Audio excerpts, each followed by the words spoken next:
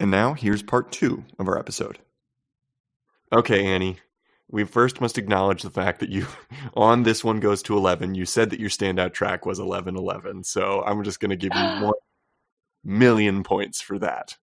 Right off. I didn't even think about that. That's crazy. All the better. That's my favorite. That little fun happenstance aside, why did you choose this as the standout track? Okay, so I struggled. I would like to at some point review the ones that I did not pick, but that were my short list, as it were. But Sure.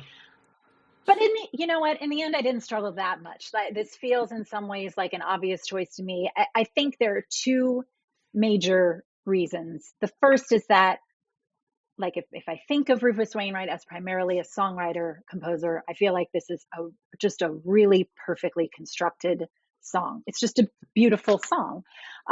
It's not too fancy. It's not too complicated. It's pretty simple. And when it's simple, it has to be really strong. There aren't, it doesn't have all the key changes that some of his other songs have. So it has to work. And I think it does. It comes to that, when we were listening to it just now, it comes to that beautiful end. Like, it just wraps up. There's no fade out. And that feels perfect for the song. It's got that beautiful 2-line bridge. And I just think it's a really perfectly developed song. It's really simple.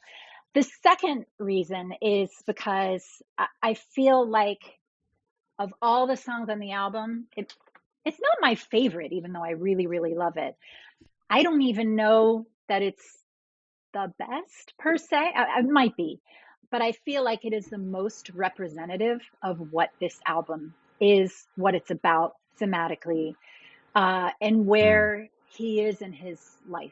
I think of this as an addiction album. And as I was listening to it leading up to this, I was like, it's not really an addiction album. It's a recovery album, which I think is a critical distinction. There are a lot of addiction albums out there. This is a recovery album. It could be so dark, the whole album. It's not. It has dark moments. But I feel like the overall tone to the album is one of looking forward. I mean, I hope that doesn't sound cheesy, but that's what this song is. It's that moment, a literal moment. The song is named for a moment when things change and when you decide to change. And, it's got the line, you could take this song literally, I think, as a September 11th song, because it has the line about, everything is burning, something was burning, everything happens in Manhattan. And he, in the context of the song, he's saying it happened in that was that moment. But I don't see it that way. I don't think he meant it that way, to be taken as a literal, September 11th song. I think it's about a moment when he decides to change. He decides to, not be in the throes of addiction anymore.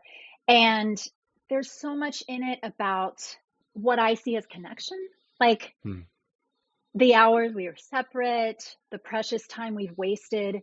And there's something so moving to me and so mature about making a decision to go into recovery.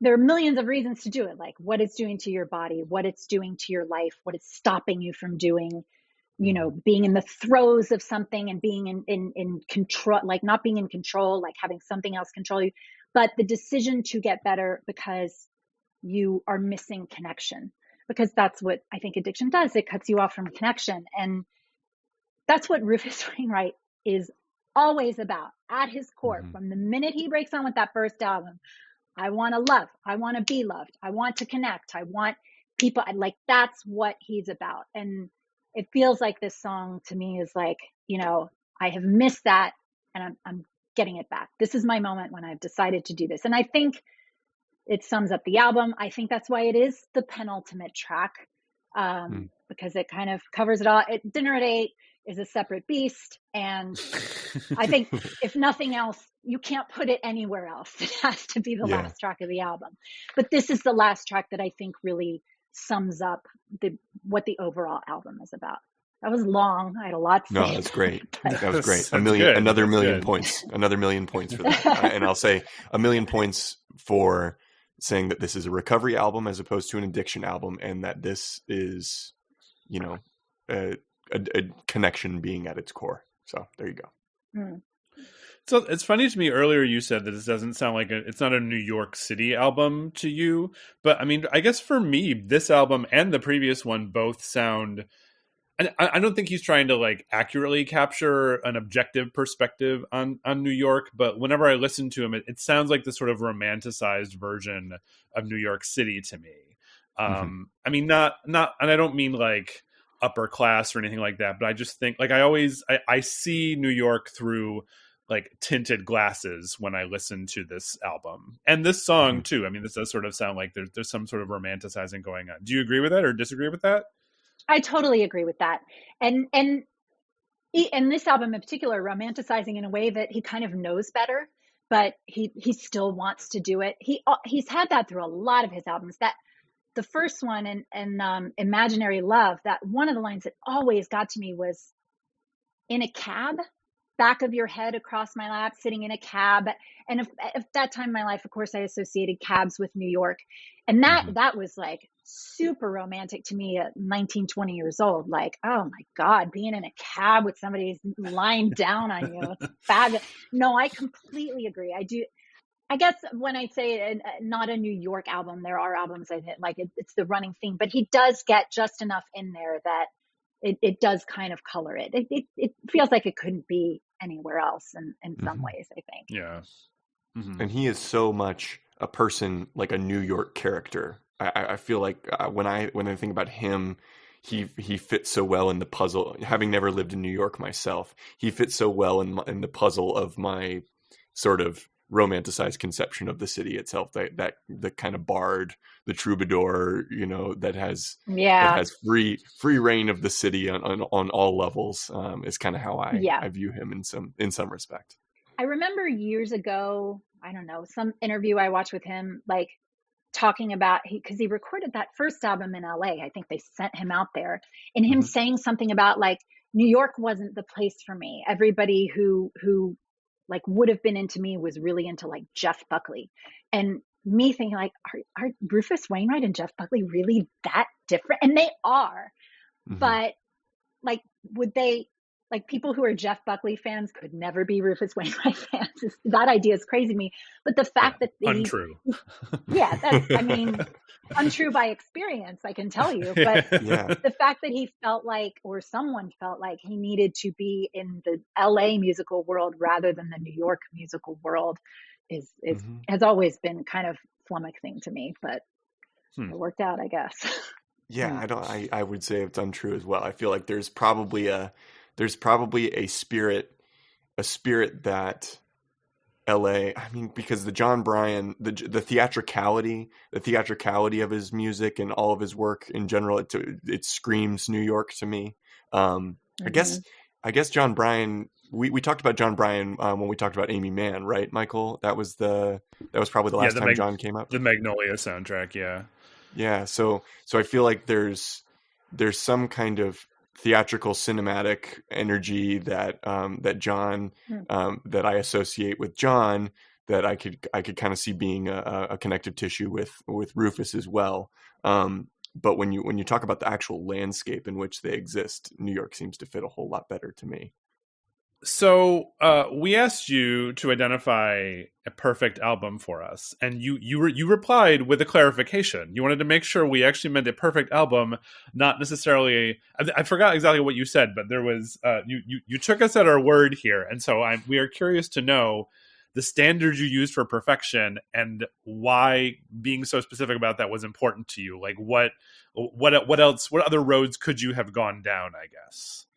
Well, there's a criterion that I feel like is specific to this album that I wouldn't use as a standard for all perfect albums. You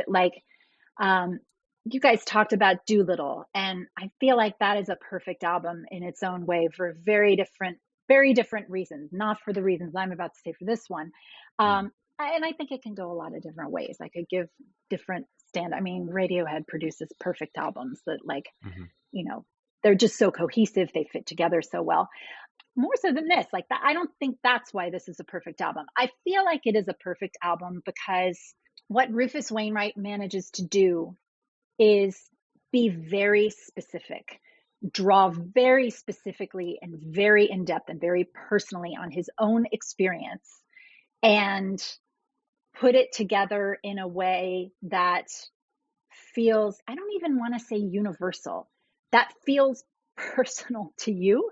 Like he reaches that rope straight out to you, even when he's talking about, you know, something that is so specific to him. And there are always lines that, how does he know? The first album he sang about the Elephant Man. And I saw the Elephant Man when I was way too young. And the first time I heard that, I was like, oh, he knows too. Like that movie killed me. There's a line on Pretty Things, Mike, that always reminds me of you. Everything's a sign of my astrology. Like maybe it's just because he gets so many references in, like they manage to, you know, reach so many people, but he does that so well. And that also applies to like the time and place that he's recording. Like this is a 2003 album, no question.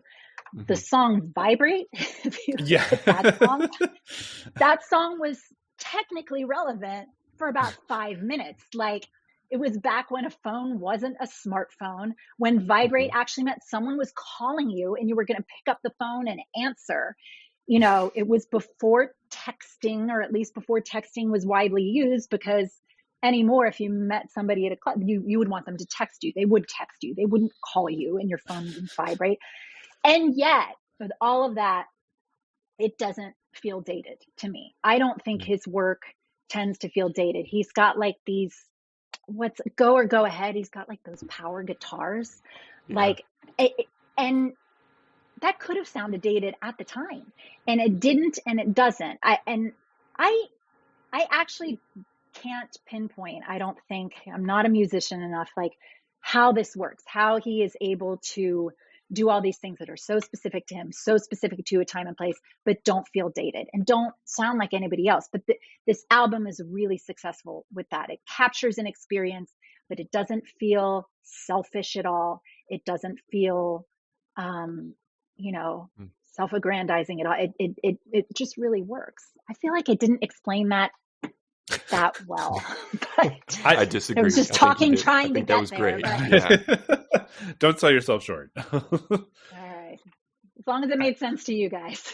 Yeah, I mean, I think it has something for me. Like, I also like to think of like the whole packaging of an album, and I think that, I mean, it has the album cover has like a blue color palette, and isn't he like in a suit of armor or something like that? Sword, yeah. I mean, and it's called Want, and and you talk about being a recovery album, and it seems so positive and optimistic. Like it feels like it's all working. It's trying to deliver a very clear message, even in a song like Natasha, which feels a little bit to me like maybe possibly the saddest song for me on the whole album. But like he does it, every single song on this album is in a major key. Like there are moments where he like almost dips into something that gets a little more minor, but like I checked before we got on the recording today. It's like, I think every single song's in a major key, and it is every single song in a major key. So it does. I think there is sort of a cohesiveness to this that other artists, you know, that like a Radiohead album has in some respects. It's not as, you know, Radiohead are all like nerdy and brainy about it, whereas Rufus Wainwright is like, I'm going to wear my heart on my sleeve the entire time. Yeah, and he's a lot more. He feels a lot more accessible in some ways than Tom and Johnny and the guys do, like on a personality level, right? Like I feel like we know more about Rufus than we do about the guys in Radiohead, or at least he makes us feel like we do, right? And that's probably how he can contain these worlds in these songs, and each one really feels like you learn something. You learn something about his experience or what it's like to be him. On a very personal level each time, which is probably why we keep going back to it. Yeah, it's really endearing. It makes you feel close to him in a way, or it makes you at least feel like you sympathize with what he's going through, and you feel like he's so direct about it and so honest about it. You feel like you're going through it yourself almost, or that you can compare it to similar things in your life, even if they're not actually that similar at all. And that's really special. It takes a lot of vulnerability to do that, I think. It does. I think the first song I heard off this album was Beautiful Child. and it's like so much, so big, and so it's grand, like it has all the sweeping kind of things that we associated with the album versions of his songs. But I'm thinking about what you were talking about him being able to play those songs. It doesn't feel like anything is diminished when he's just playing it on the piano. Like when you view like in his Tiny Desk concert on NPR. It was one of my favorite Tiny Desk concerts because I think he's wearing flip-flops, like he's wearing cargo shorts and flip-flops and playing these songs. And you're like, he manages to make them sound just as grand in that way through his generosity as a performer. And I don't think every artist has that ability, which to me, if we're talking about the things that are innate versus the things that aren't innate about creativity, that must be something that's innate about him, is the ability to share as much, no matter the context in which he's presenting these songs. The other more technical elements just add to that. Like if he wasn't as dedicated to the craft and dedicated to the entire musical history that he clearly has so much reverence for, then I think we would be poorer for that, I think. Yeah. He lets himself be transported very easily. And I think that speaks to the strength of the songs too. Like they can hold up, whether they're stripped down or whether they have 10 orchestras behind them, which sometimes sounds like they do. Absolutely. Why do you think he didn't end up on the radio as much? I don't know. It's hard to imagine per se, like what stations would be playing him outside of alternative stations, quote unquote. Mm-hmm. When I think of a pop song, if Rufus Wainwright wrote a pop song, what is that? Is that April Fool's? Is that California? Like he definitely has written ones that can stand up. Tyler, you tell me what you think it is. I think maybe some of it is the voice. Like it is different from other things on the radio. I don't know. I mean, I am someone who still listens to the radio, and yet I don't trust it. Like what they're throwing at me, I'm like, who's paying you? He had a lot of money behind his first album, but I don't understand how that money is distributed. I don't think they necessarily go out and pay the radio stations. They send out the promos and see what happens. I don't know that I can answer that. I think he also is somebody who covers a lot of different genres. And again, for him, that's something that works because he really makes it his own. It doesn't sound like just copies of other things. But then it's hard to get a grasp on like, who is this guy? I remember his music being called popera. I'm like, oh, where's the popera station? I don't know. So I don't know. What do you guys think? I'm kind of interested. Well, I was thinking about this relative to who you might, but like who you might consider a more commercially accessible version of him. And when you're looking at the pop rock element of it with piano based, it made me think of Ben Folds and Ben Folds 5. And I'm like, well, what is Ben Folds doing that gave him more radio time than Rufus? And I guess I don't know if it was because he's essentially doing a lot of the same things that Rufus is doing, just I think with more sarcasm maybe. And so maybe there was something about the earnestness of these songs at the time that made them a little uncomfortable I mean, again, I was a child at the time, but like maybe there was just too much in there. Maybe they felt too kind of too much like a raw nerve. I think it's valid. And Ben Folds 5 had the 3 instruments. I mean, it was a little more stripped down. It is hilarious to me to think about, and you bring this up, like their first big hit, and like, oh, Rufus didn't have a sad song about abortion. Like, how did that happen? Right. That was their breakout song. Yeah. Which is to say, I don't understand radio. Like, I don't understand how they decide what's going to succeed. Mm-hmm.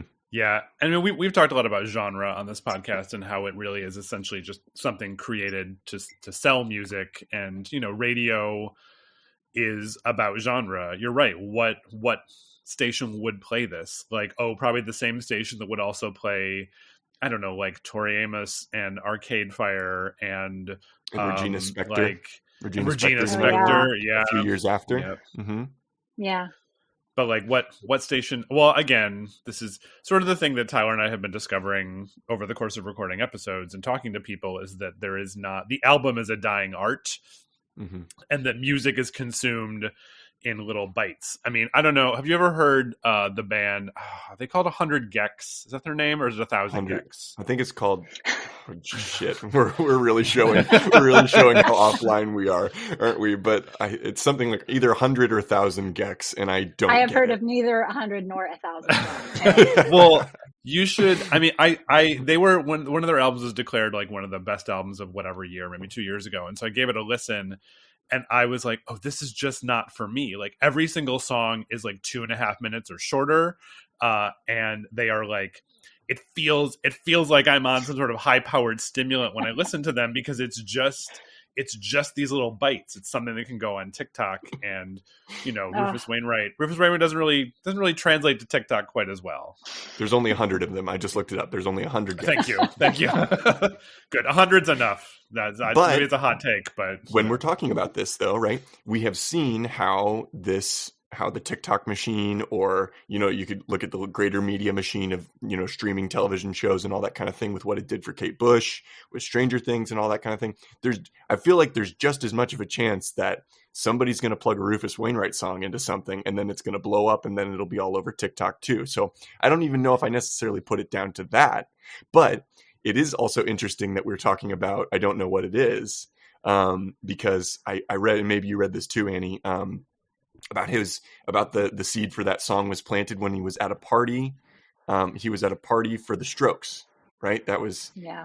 He was walking around a party, and he felt like there was an energy about the party, that this was the place he was supposed to be, and that everyone was kind of feeling this energy of, oh, something's going on here. We don't entirely know what it is, but we know that it's important. And that's, I really sympathize with that feeling, right? I kind of understand saying like, there is something that I should like the Strokes. He says, I should like the Strokes. I do like the Strokes. There's some reason I'm supposed to be here and really enjoying the Strokes. And it's probably because I'm in New York in the early aughts. But it's ineffable. You can't nail it down. And maybe he just never nailed down that thing that would have made him more of a household name, even though I do consider him a household name mostly. The Strokes and Rufus Wainwright, I'm big fans of both of them, and that time period is very inextricably linked with like both of them. And Room on Fire was somewhere right around here. And it sounds crazy to say, I don't want to like go all reminiscent or nostalgic, but the Strokes and that whole environment did really permeate a certain part of New York at that time. And I don't think they had or necessarily wanted anything to do with it. So how did that happen? How did that build up around them? Was that PR? Was it, just people wanting to be like them, to look like them? Like there was no social media as we know it. Well, there was Friendster, but there were like music blogs where people would put up pictures from parties, and you might see a few people's backs and a few people's face and who was at this party. And it was the infancy of something which I don't think is necessarily good, but like what's going on where I am not.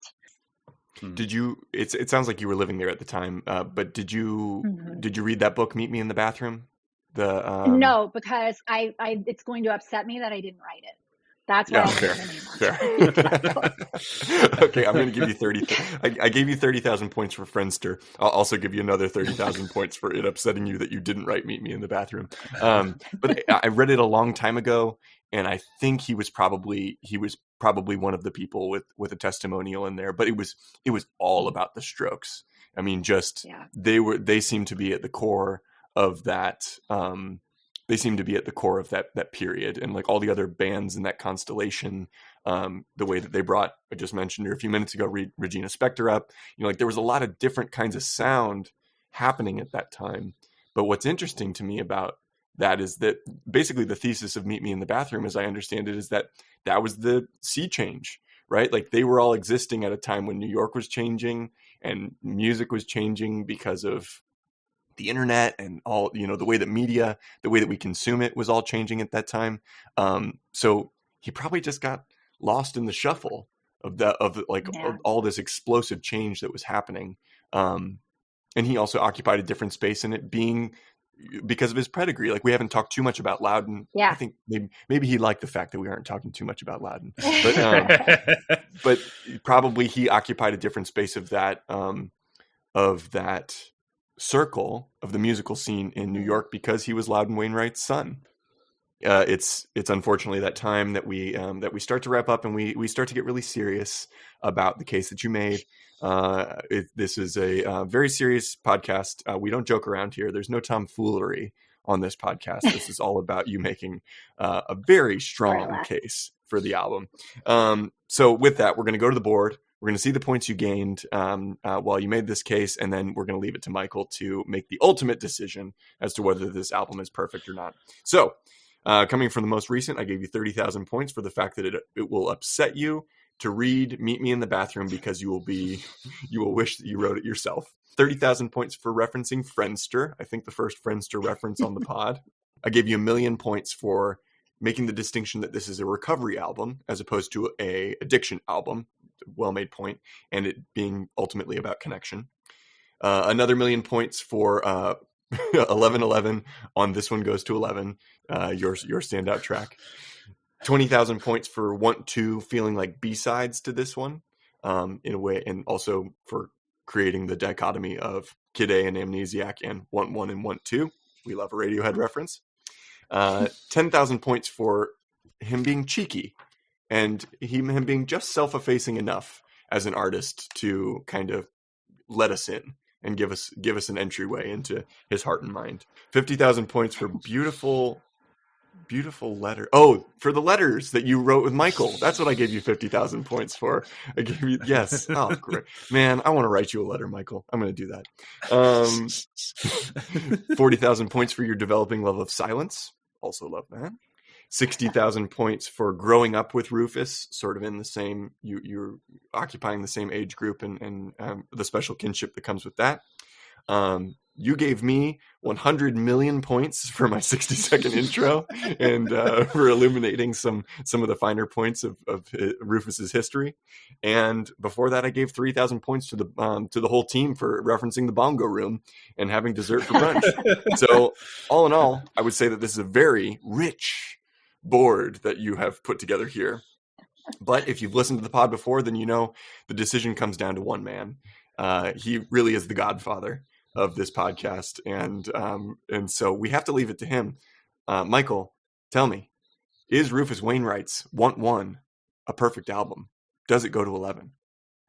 I mean, much like a Rufus Wainwright album, I believe your argument was multi-layered, and thus I agree that Rufus Wainwright's Want One may join the pantheon. It goes to 11. Yes. Hey. Oh, I'm so proud of Rufus. Great job, buddy. So, Annie, you shared your standout track with us, but we also choose our own standout track from the album. Are you curious to know which one it is? I'm dying to know, and have been. Well, Tyler, which track do we choose? It was hard. This one we agreed you could pretty much make a case for any song on the album being the standout track. But after you came in with 1111, we decided we had to choose Dinner at 8 for a multitude of reasons. But it is just, to me, one of the most Rufus Wainwright songs out there. I mean, for me, this song, it's a song about a fight that doesn't sound like a song about a fight, which feels very on brand for Rufus Wainwright to me. Mm-hmm. Like the fact that it's, dear listeners, you can go and read more about like the inspiration for the song, but I always love when an artist can deftly handle something that's kind of sensitive and hard to talk about. And for me, it's a strange album closer, I think, because I think Annie, you alluded to earlier the fact that it feels like it has to go at the end, and in some ways, to me, it almost doesn't feel like it's part of this album. But the fact that it's there, I don't know, just it's a nice little capstone to the whole thing. What about you, Tyler? I have a very good relationship with my dad, and we've we've gone through many stages of our lives together, and I felt very supported by him in the past, and to this day. But I think there's something about father-son stuff that always gets me. Like maybe it's everybody has that. It's just the nature of being in families and relationships with people. But when somebody can write a song about one of their parents that feels so dangerous, it's almost there are parts of this song that feel kind of dangerous and risky to me, but you feel like you don't feel kind of dirty for looking in on their life. You feel like this is something that was okay to share. You feel like Rufus is giving you permission and saying, like, don't, you're not seeing something you're not supposed to see. I'm sharing this for a reason. And then you get to decide what the reason is for that. Like, you get to decide. He's not giving you any answers, but he is sharing something really important. And, all the way down to the fact that David Bowie said that it's one of the best father-son songs of all time. I mean, if Bowie says so, then I don't really have any room to disagree with that. Annie, thank you so much for joining us. It's been far too long since I've been doing this lately. I've been having people join us on the podcast being like, oh, we can catch up. And then of course we don't, because we're too busy talking about an album. So at some point we have to like really catch up about things and life and whatnot. Because I miss you in my life.